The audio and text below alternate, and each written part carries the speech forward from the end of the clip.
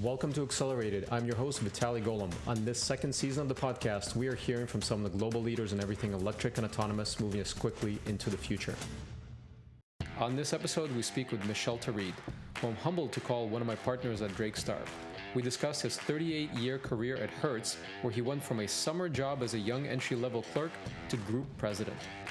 We covered some really interesting topics in connected, autonomous, shared electric vehicles, smart cities, subscription models in mobility, how smart corporations avoid getting disrupted by startups, and of course, Spax. Here's our conversation with Michel. Michel, thanks for joining us today on the Accelerated Podcast. Where do we find you? You're finding me in France, in the greater Paris region. I spend my time between Paris, the countryside, and Corsica. I'm sure that's going to make everybody jealous for the summer. So thanks for making the time. Appreciate it. I'm excited to have you on board as a new partner at Drakestar as well. And we've been working closely for some months now. So I'm excited to talk about your amazing background and talk a little bit about the car sharing and rental economy and all those things. So why don't we start at the beginning? You've enjoyed a career journey that's very uncommon these days. What was your first job at Hertz and how did you get started? So we are back in 1980. And my first job at Hertz after university, not really knowing what I would do with my life. In general, I was coming from a family of entrepreneurs and artists, and I was torn between those two sort of fields, if you will. I started after university as a location manager at Hertz in the south of France, in a small private airport at Cannes Airport. That's how it started. It was an amazing start. It was a revelation for me. At the time, when you project yourself back in 1980, everything was manual. There was obviously no computer, let alone the web. There was not even a fax machine. It was telex, and I was preparing the rental agreements for the customer with microfiche. At the time, you had to do everything. It was the best way to learn. Wash the cars, service the customer, do your local sales, your admin, being like a shopkeeper. It was just wonderful. I had one employee to manage. That's how I learned about managing people. So you started with managing one employee, and over about 38 years of climbing the ladder at Hertz, you ended up in a very high position running much of the company. How did you keep your personal development ahead of your growing responsibility as you were growing as a manager and growing your career? A few things. One, it's been, I'd say, mostly learning by doing, having management who always believed in some of my capabilities, probably more than I did believe in myself, and setting challenges which I had to rise to. And that's how I really learned. I moved quite fast, like 10 years in operation in a business which is very demanding, 10 years in commercial, then really spending the latest 25 years managing countries and then divisions. And I'm talking about challenges because I went through, changes of ownership, major crises, whether it's terrorism, healthcare, the financial crisis. So you got to step up as a leader, and that's how I learned. I was supported, as I said, and then in the latter year, Hertz became much more focused on people and talent and performance management and personal development. So we did use some tools, which I learned a lot from. We had a lot of team building sessions because we really wanted to create a high performance team. And you got to learn how to work with colleagues, take feedback. The other thing I would say, I always worked, very closely with HR. I think HR is an extremely important function, whether in a tech company or a service company like Hertz. And I learned a lot from HR, always took the feedback and always had this relentless focus on people. And that's how I hopefully, get ahead of the curve. So it's a very quick, couple of minutes on a very long and illustrious career that you had there. But let's look to the future. There are a lot of changes in car rental and car ownership and all those things happening, and a lot of the deals that we're involved in. are companies that are effecting this change. And there's a very important acronym called CASE, Connected, Autonomous, Shared, and Electric. How impactful do you think this will be in the near future? I think it is already impactful. So if we break down the acronym by letters, most new cars, in fact, in Europe by law, all cars are connected. And connected, and the cars are connected to the drivers, and more to its environment. You can download the data from the car. So that's already almost a fact of life. You have telematic companies. You have companies who, help you exploit the data. You can do many things. You know where your car is. You can't get it stolen. You can do preventive maintenance. You can measure driver behavior. Those things which are already quite known. So connected is already a fact of life. Autonomous, I think, will be the one which will take the most time to get real. And I mean by at least autonomy level 5 in an urban environment. I think every day we realize that it is more complex than it seems. And even with AI and those fast processing capabilities, it's complex. So that will take time. Shared also, I think, is coming in the habit. Certainly everybody says in the US, when you were a student, the first thing you would buy was the jacket and then was the car, and this is no longer the case. Many, don't even have a driving license. So I think the notion of sharing versus owning is getting embedded more and more as the new generation come. And electric, I think now is the start. We've been talking about electric for many years. We've been struggling with standards, the speed of charging, and the key impediment, it's still today the number of charging stations. But I think that's coming because, of course, there's a big push from governments and municipalities, including in the US, with the new administration. So, and obviously, companies and OEMs have invested massively. I think there are still challenges, battery, recycling, second-hand market, but this is coming and progress is being made. So I think this is, in urban environments, things accelerate. So I think we already feel the impact, and it's going to get faster and faster.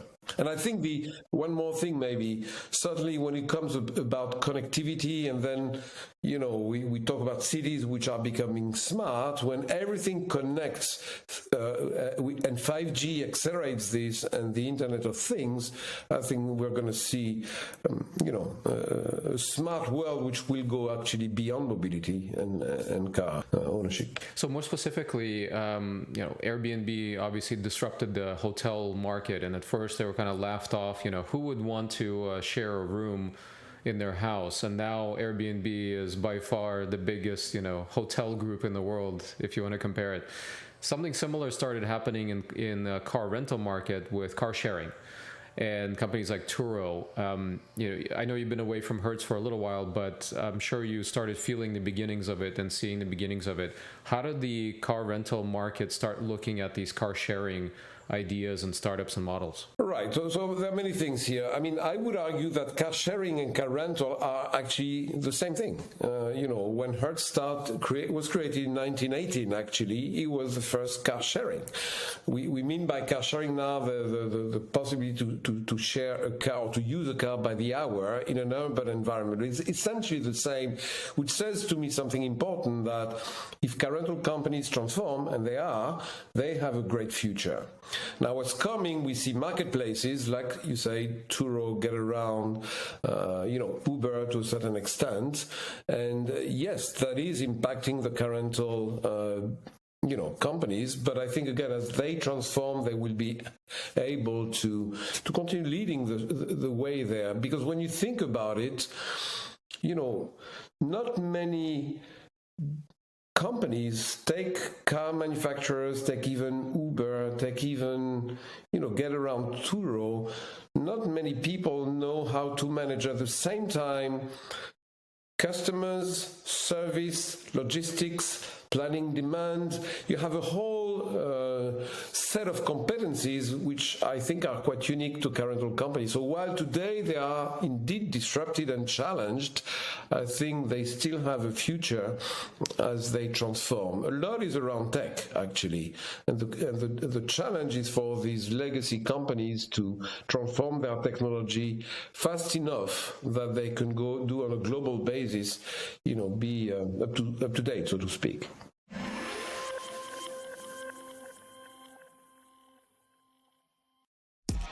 I'm really excited to share something a long time in the making with you.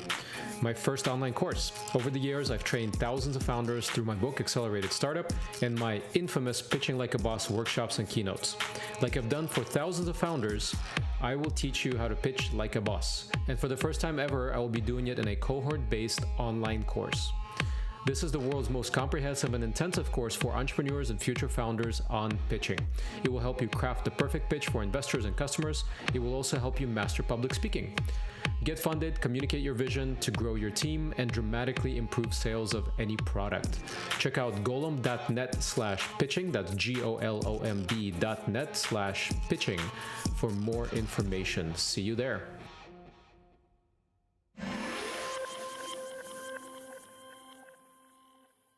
Now, same thing is happening, kind of car ownership is changing in general from what we're seeing and hearing all the time. Between subscription models and autonomous taxis of kind of, let's say, in 5 years, maybe 10 years, how will car ownership change? I think subscription, there's going to be a set of different alternatives. There's not one. But certainly, to name a few, car subscription is getting a lot of traction, I think. It's a sort of flexible leasing, and that's coming. And, you have a number of companies in the US, in Europe, and elsewhere. So I think car subscription is... I know, for example, of a Chinese OEM who is entering in Europe only through subscription. No dealership, no selling cars. It's subscription on actually one model. So that says something to me. Car rental companies are also now launching subscription. So I think subscription is actually going to be quite a big thing. It's a good alternative to car ownership. Then there is using a transport solution, but it's not going to be just car rental or car sharing. It's going to be a mix of, it's what we call mobility as a service in essence, where you use the right solution at the right time, depending on your needs. It can be public transport, it can be micro-mobility, scooters, and more, I think this is becoming multimodal on an app, and that's the future to me of car ownership. Now, that's in large urban environments. It's still probably not the case in remote areas. It's interesting, in the US in the last 20 years, the percentage of teenagers in high school that have driver's licenses fell by, I think, about half. So I think what they want, the killer app, is for them not to have a car, but to actually get somewhere. So they have a lot of options, more than we had. Now you had this view from the inside, and a lot of large companies are realizing that the cycles are shortening and they're at risk of being disrupted any day now. What should corporate leaders know about the importance of partnering with startups to avoid getting disrupted out of business? What have you seen from your side? Well, I have some experience there because that's what we did when I was at Hertz. I was very actively involved. I really think that, it's first thing is, as I call it, innovation, or re-innovation, not incrementalism, but re-innovation, transforming a model, innovating from within is extremely difficult for all the reasons we know. It can be mindset, being risk adverse, the governance, needs that one has. It's very difficult to, run the core and transform that core at the same time. So that's why I think startups are actually a great way to innovate, to pilot in a non-risky, actually not that expensive manner, because they're just small, agile, nimble, think creatively. And I had personally some great experience working with startups. It's not easy though, because, I think it's important that there is a real partnership between a startup and a corporation. There's a question of resource. who mentors or who manages that innovation through startups. There are different formulas. You can have just a startup very opportunistically or tactically. You can outsource this to an incubator, and then there are different ways to work with incubators. You can have an internal incubator, you can have an external. There are different formulas, and I think many different formulas can work. But I think it's an essential tool, so to speak, to do innovation. The other challenge is once you have a successful pilot, is to scale it. So it's not easy, but I think it is really, really essential. And Hertz had some, very good experience. In fact, we did partner. That's a formula. We did partner with other players in the automotive space, car manufacturers, tier one companies, car sales companies, car rental companies. It was Hertz in that case. And we did partner together with an incubator, and we were very involved in the selection process, acceleration process. We had the ability to invest in some of the startups or even co-invest and certainly do pilots and cross-fertilize our experiences. That proved very beneficial to me. And I think it's a model that can be replicated. Any particular success stories, any companies that came out of these collaborations? Yeah, I mean, look, we looked at those so-called disruptive technology. I always have one, because it's not just about inventing the future. I believe that you got to transform your core business and stretching it to a new model in a way. And I remember we had one which came for 20 years. We didn't know where certain customers would arrive in which terminal in the European airport. And we've been wrestling with that issue. I'll make it simple, of course, since that program was created 20 years ago. That startup came, I remember like yesterday, they came to Munich airport. The CEO was there, the CTO was actually in Israel, and like in 8 days, they just found the solution that we couldn't find in 20 years. It was mind-blowing, quite frankly. And from there, that was just a starting point. It was actually an enabler to doing something more. And with them, we were able, and that was an AI-based platform, to, predict demand, allocate supply where you get the best return. And it's very complex. Those are kind of things that when you do them manually, it's very suboptimal. And you do this with a startup, and it's the results are very impressive. So in a short period of time, actually at quite low cost. And, when you work with them, they shape the product to your needs as a corporation. Everybody wins, because they obviously build a product that they can then market to others. And that's how they get to these unbelievable valuations sometimes. So working with early stage startups, it's a good thing, I think. I think you just described the ideal case scenario that a lot of quote unquote innovation managers at big corporations are trying to achieve. But it's much harder than it sounds. It is harder, Vitaly, but it's about who, I'd say the focus, the resource, and starting from the top is really important. You just can't delegate this. I mean, I was personally involved. I had a very small team. We don't want to do something big, but that's how we made it work. And I think they really loved working with us as much as we love working with them. And that was a success story, certainly. But yes, it's not simple. Now, moving forward, more recently, you decided to reset your career and you took on a number of different advisory roles. And then even more recently than that, you joined Drakestar as a partner to focus on mobility on our team. Now, what led you to this decision? That's a big switch considering your whole career you spent at one big company. It was a big switch, but look, I've been one of these rare people who spent 38 years, it's a lifetime, with one company. I've been extremely lucky because there was not 1 hour where I was born or too frustrated. Of course, you get frustration. I just felt that after 38 years, it was time to move on. I still had I was a little tired of the pressure and the corporate life, but I still felt this huge passion about learning, helping, and wanted to broaden my horizon, actually. So So I said to myself, I'm not going to move to another executive role because in a way I've done it and I'm not 25 years old anymore, unfortunately. Life goes very quickly. So I felt the need to help out, a sort of an altruistic side in me, maybe. So anyways, what I'm doing now, I set up my own roadmap. I have my own startup. I wanted to get back to my roots of entrepreneurs in my family, as I said at the beginning of our discussion.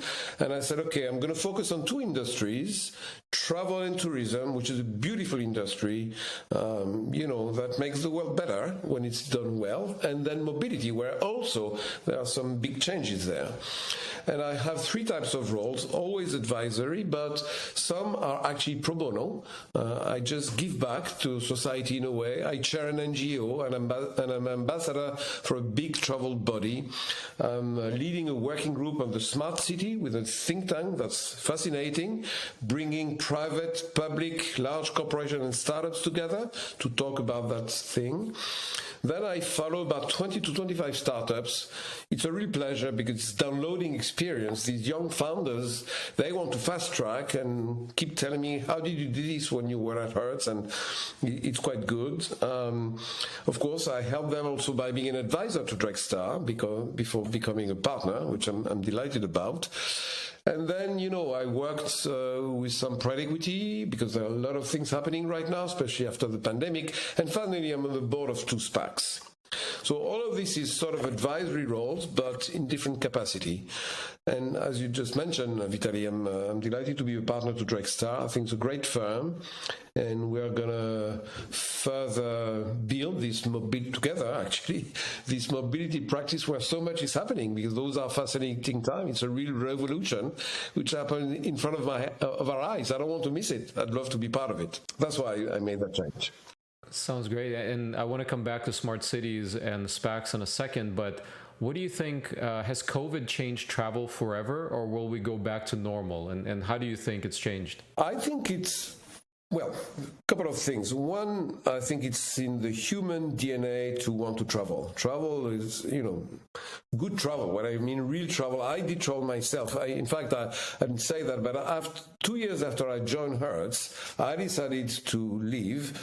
I quit, and I went around the world for 8 months. Almost like a gap year, if you will, just to understand the culture. And that really was, you talked about personal development. That was a big milestone in my personal development, and meeting different cultures and being able to understand and interact with very different people, I think is it's a pleasure, it's powerful, and it's necessary in today's world. So I think that kind of travel, actually, we're getting back to that now. What is changing in travel is people want experiences. I hope that mass travel will be sort of behind us, if you will. So yes, there is pent-up demand. We see that very quickly. The first thing people want to do is to travel again. And, where the situation permits, there is a huge activity there. What may change for maybe forever is business travel. I think we've all learned to work like we are doing now. We have this virtual conversation. It's a real conversation, but through virtual means. And, big deals have been made remotely. I said I'm on the board of a SPAC. I never met my colleagues face to face. It's when you think about it. So maybe business travel is changing, and I don't think it will get back as it used to be. And I think from personal experience, I think we're going to go to more sustainable travel and more experiences, which is a good thing. Yeah, I would agree with you. I think the scales are tipping towards leisure travel. And people want to see the world, work remotely, and all those things. And I'm hearing a lot of people, instead of coming back to the office, they're instead quitting their jobs. So we'll see how it goes.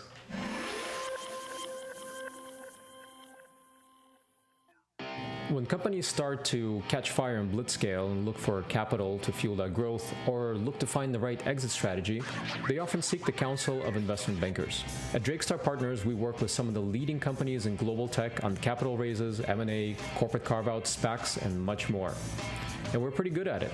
Our team of over 100 technology sector experts across 9 offices in 6 countries is comprised of not only career bankers, but experienced executive venture investors and technologists.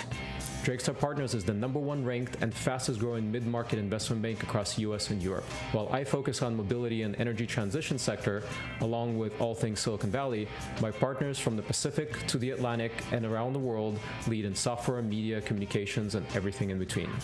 Learn more about us at drakestar.com.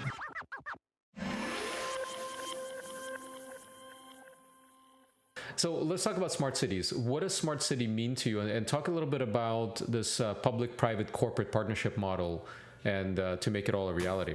It's not easy to define a smart city, but, if we could start from a blank sheet of paper, frankly, everything would be connected. And I mean by smart the fact that most of what you do, what you use, is done through digital means. And it's not just mobility. I think the data suggests that mobility is the biggest, call it vertical within a smart city, but actually, buildings will be connected, health more and more will be connected, education. So when you think about when one lives in a city, a lot of what one can do can be through digital tools in a way. That's what I mean by smart city and the fact that everything gets connected. So when you talk about vehicle because today we're focusing on mobility, we spoke about connected vehicles, but everything else would be connected. Now we're talking about share parkings, we're talking about insurance by the day, we're talking about,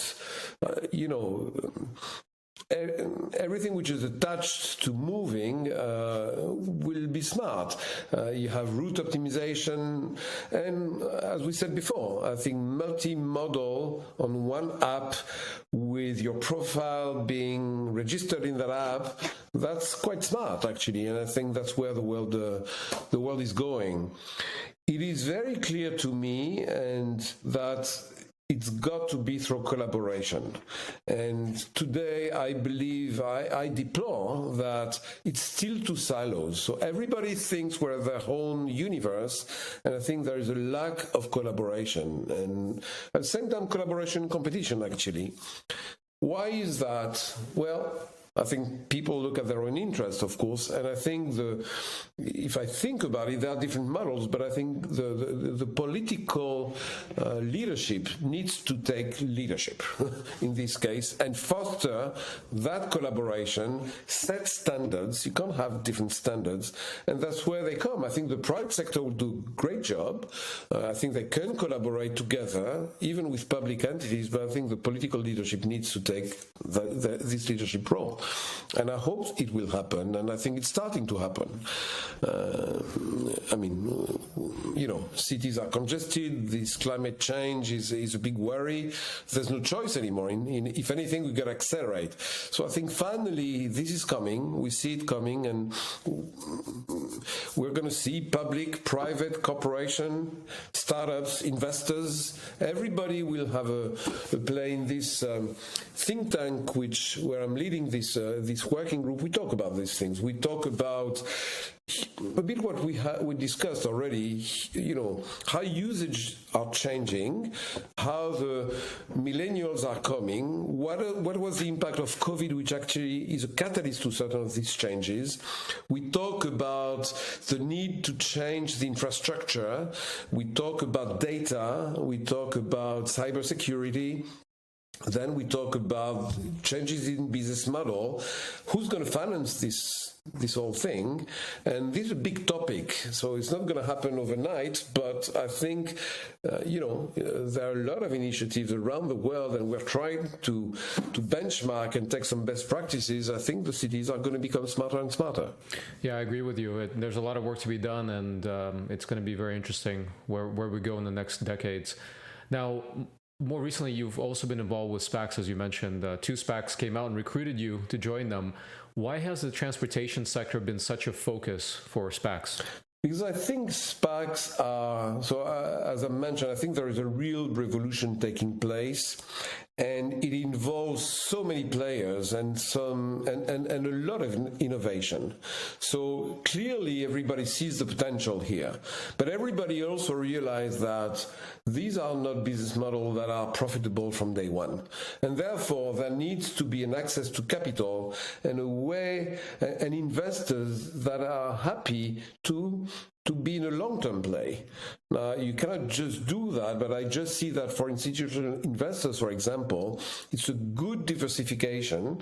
And, if as they manage their portfolio, if they dedicate some of their fund into Spax, they have a long-term play with a huge potential. And I think that's where Spax play a role. And that's why we see EV, which is not short-term, obviously.